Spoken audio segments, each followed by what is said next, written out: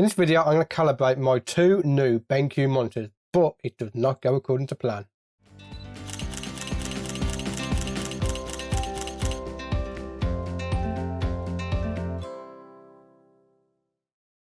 Hello, my name is Stuart Wood and welcome to this video. Now in my last video, we set up these two BenQ displays. These are the SW270C. They're 27-inch IPS displays. And in this video, we're going to be calibrating display using the X-Rite i1 Display Pro. So first of all, I have brought this with my own money, okay? So this isn't a sponsored video or anything like that. And the reason I went with X-Rite is I sent an email to X-Rite and Datacolor, who do the spider lights, asking them, well, I basically said what model of monitor I have. I want to calibrate both monitors, what product is the best.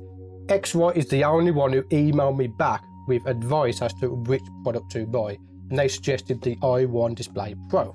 So that's why I've gone with X-Rite. So let's deal with the whole situation of the calibration. If anyone's on social media, you will know that I've had a hell of a time getting these to be calibrated. That's coming up later in the videos to what's going on. But let's get on to the subject of why do you want to calibrate? And I have a very simple test here. If you're into video and you don't watch Matty, I would highly recommend you do because he is very good. I'm going to put this into cinema mode now, and I'm going to make it as large as possible in a windowed view. There we go. And what I'm going to do, I'm just going to bring it over to the halfway mark between both monitors. Okay. So hopefully you can see this now on the screen. You can see here, this display has been calibrated. That one has not. That's out the factory.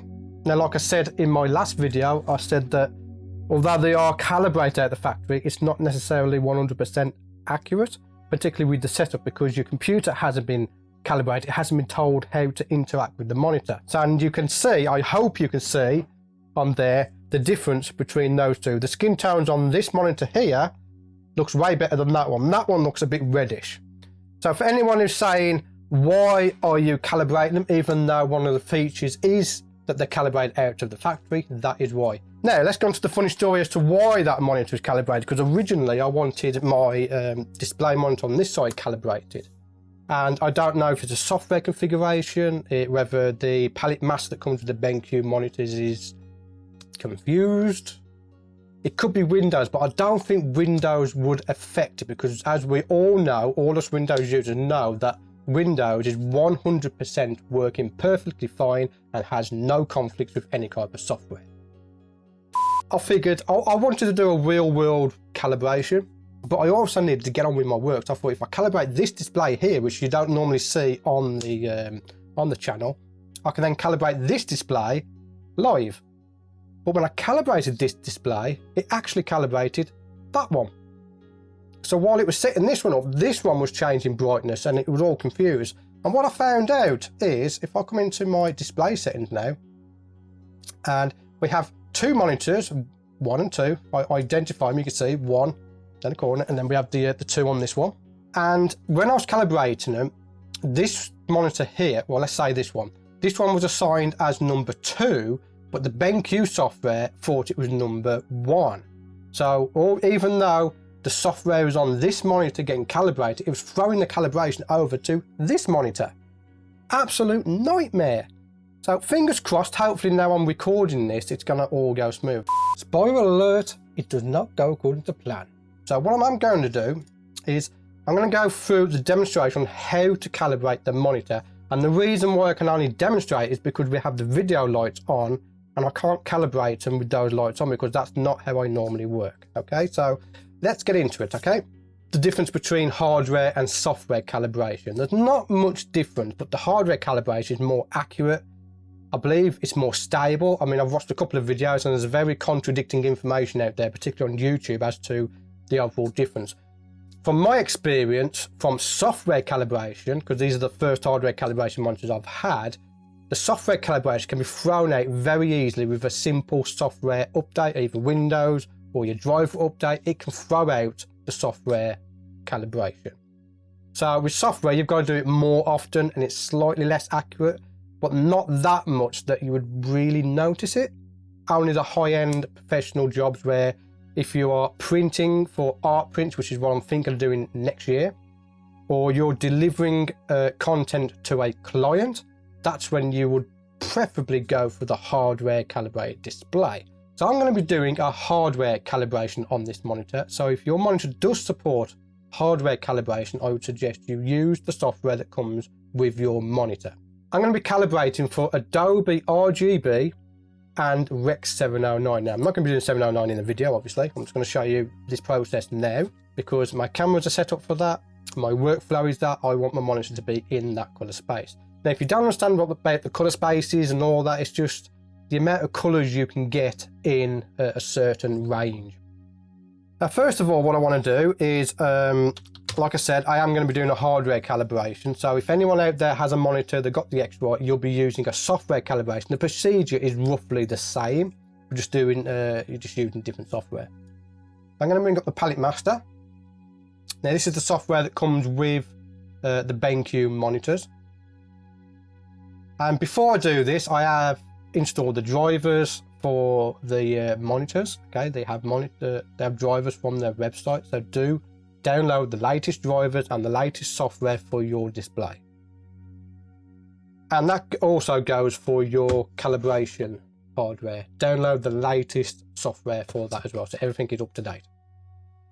Right, so I already have my i1 display plugged in, and you can see that with a tick here. You got different sensors you can choose from. Again, I'm not going to talk about that. I'm just going to use the one that is for my display. I have the SW270C_1, so it's display number 1. Again, I think that's why my my calibration was messing up, because it thought that was number 1, whereas this is actually number 1.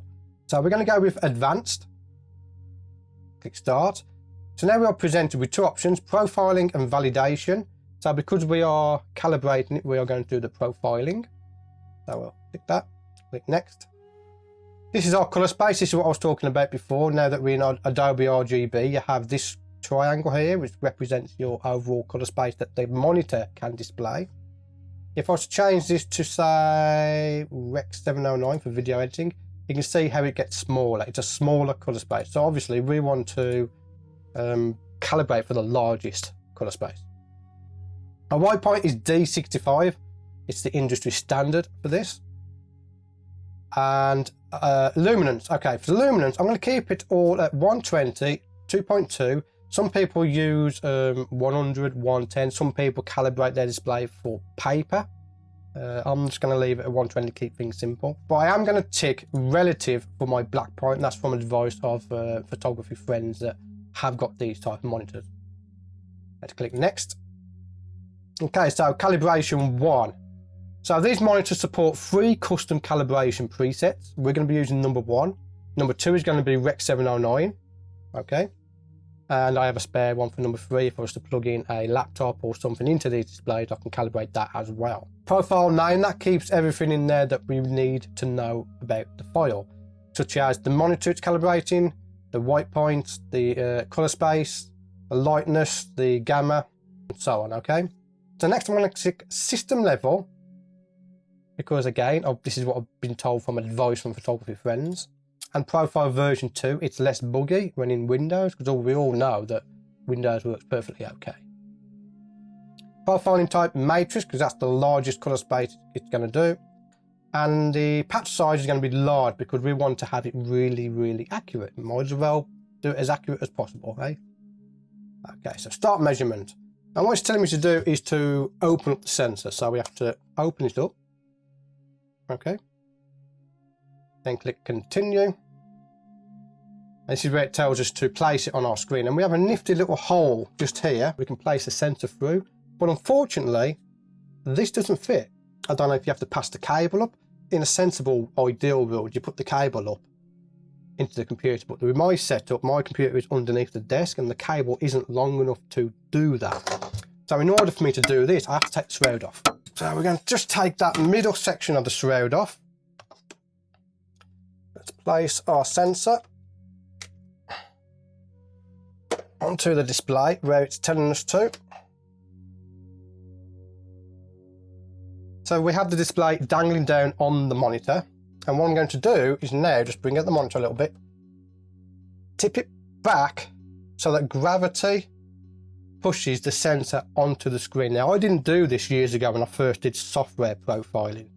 And if you don't do that, you can get light leak going into the sensor, which can cause a calibration mismatch, which I suspect what happened last time I tried to do it on my old monitors. Anyway, we are now ready, and what I'm going to do, can you see the little circle of death? Yeah, this is where Windows is really compatible. Watch this now. We're going to crash out the program. Brilliant. Okay, and continue. The happy joys of calibrating. This is why a lot of people don't bother calibrating their displays, because it can be an absolute pain in the butt.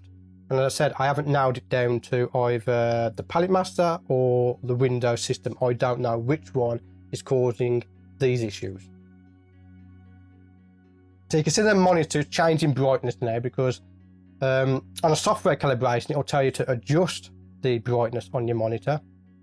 With a hardware calibration, it adjusts it itself. What this is going to tell my graphics card to do is, because it's a hardware calibrated display, it's going to tell my graphics card to just pump out everything it can. So maximize your reds, blues, greens, just pump the whole lot out at 100%, and the monitor itself will deal with the colors and calibrate it and display it the way it's supposed to be. On a software calibration, your software is basically telling your graphics card what to put out, and that is when, you know, if you get a driver update, or most notably a Windows update that works, it can throw out your calibration. So I'm just going to leave this now to do its thing, and then we'll come back to it once it's finished. So we are now writing the LUT file. This is what takes the longest, is writing the LUT file. This is the file that tells the monitor how to display the colours. Now, I'm no expert when it comes to this, okay? There's plenty of experts out there, but what I will tell you, there's a lot of misinformation out on the internet on these particular displays, colour calibration in general. On one video, they said because it's a hardware calibrated display, once it's calibrated, you plug any device into it, you don't have to recalibrate because it's hardware calibrate. On another video, they say you've got to calibrate every single device that's plugged into your display. So yeah, there's a lot of misinformation out there. So all I'm going to do is just show you what I'm doing. Okay, so we have the calibration done. Manufactured BenQ, model is the SW270C because it's monitor number 1. Serial number, which could come useful if some little cretin who wants his next fix nicked off of your monitors, you'll have the serial number. I think I ought to write that down. We have our target luminance, which is 120. We achieved 120.05. Believe me, you won't notice the difference between that. Target temperature is 65.05, and we've achieved 65.12. Again, you're not going to tell a difference. Now, once we've done this, we want to validate this calibration. Continue. Let's pop our sensor back in position. Click continue. And this is a lot quicker. This is just validating the calibration. Doesn't need to write the file or anything. It's just testing to make sure that it is correct. So we have our results. Our report summary has passed. Both the average and maximum AEs have passed.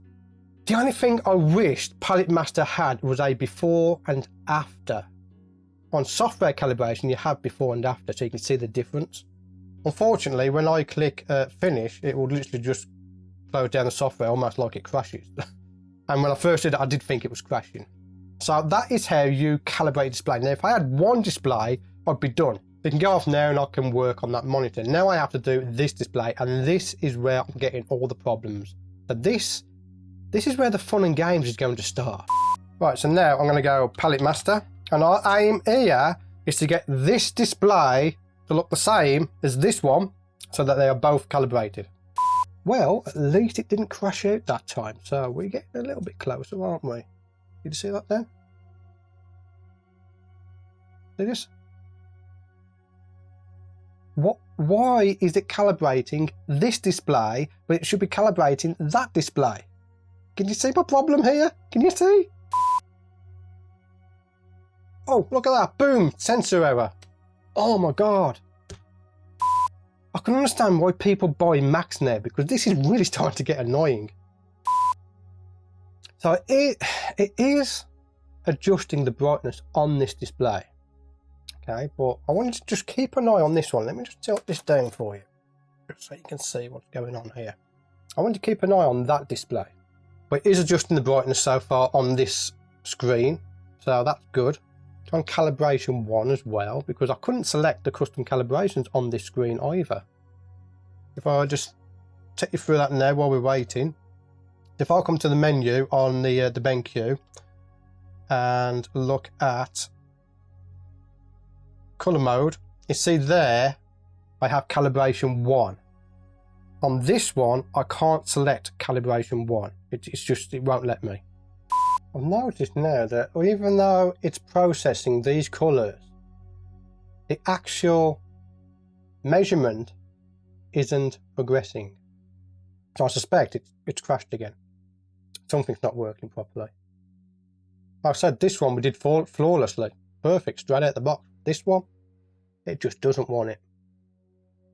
Okay, it's just jumped to 100% now.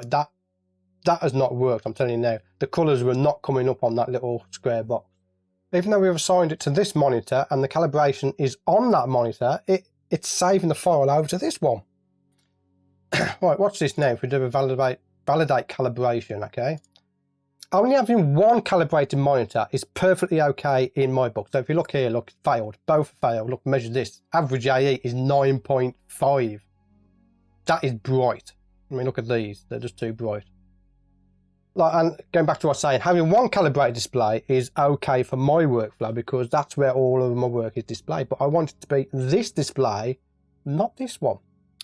So what I'm thinking is I'm going to shut down the machine. I'm going to unplug this display and we'll do a recalibration with just the one display plugged in. Okay, so I'm back again and we have just that one display plugged in now. Whoa, look at this. I mean, what is that? What is that? This is just some really messy stuff here. Okay, let's try Photoshop. I want to know what's going on here. Something's not right, that's for sure.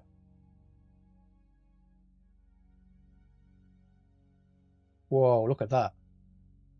Everything's all in black and white. Let's open up Buster's desktop image. Yeah, that's like that. That is really calibrated, isn't it? Okay, so it's at this point that I reached out to a friend of mine to get some advice as to what's going on. So I reached out to Netty Gaming. She has a gaming channel on YouTube where she does a lot of retro gaming, but she also has a lot of knowledge when it comes to computers and the hardware, the software. So I'm going to leave a link to her gaming channel down below. If you are into retro gaming and that, check it out, send her some love. So I sent her a screenshot and she told me how to fix it. But what I want you to do is I want you to pause the video now, go in the comments below and tell me, what do you think the issue is with this current setup? We have A, bad monitor, B, bad graphics card, C, software. So that's A, a bad monitor, that's this one here, B, a bad video card, or C, a bad software somewhere on the system. So pause the video, let me know in the comments below. Don't cheat, don't skip to the end, don't go a few minutes forward, then comment below. Do it now. Okay, this is what's going to happen, okay? So she said to me, NVIDIA drivers. So I took off the NVIDIA drivers. And let me just go through this now because this whole setup now is currently working. Let me just show you Matty's video again. Okay. And you can see there how they are perfectly matched up. You might not be able to see it perfectly on the video. It's very hard to show calibrated displays because the capture software doesn't show it. Okay. And it's hard for you to see when you're filming a screen. But trust me, they are completely matched up now. So let me take you through what I did to fix this problem. First of all, I took off the display drivers, that's the NVIDIA display drivers. I also took off the drivers for the monitor. I uninstalled the palette master and I uninstalled the X-Rite software.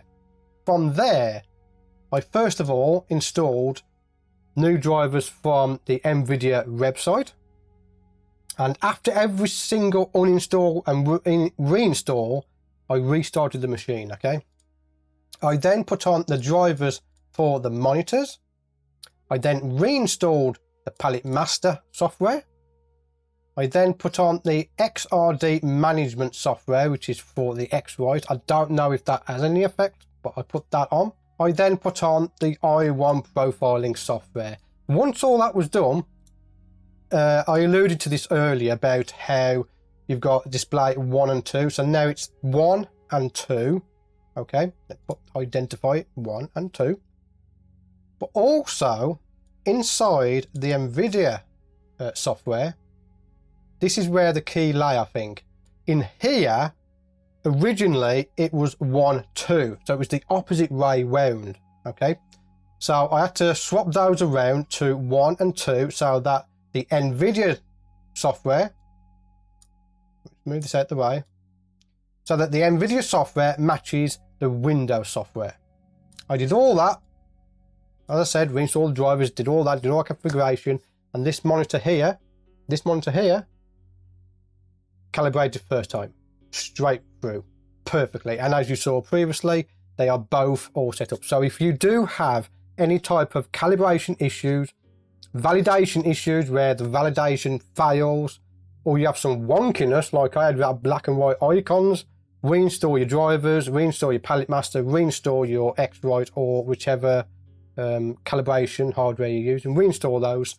Double check your multiple monitor settings in Windows and NVIDIA, and with any luck that will fix your issue. Again, I'd like to go over to Netty Gaming. There will be a link in the description below. She's only got 142 subscribers.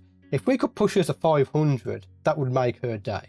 Okay, so that's what I want you to do. As a thank you, help fixing my issue, go down into the link, click on that little link to her channel and give her some love.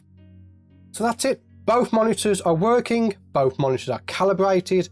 I have done some work on it over the last few hours and it's fantastic. All the colours are synced up, everything is brilliant.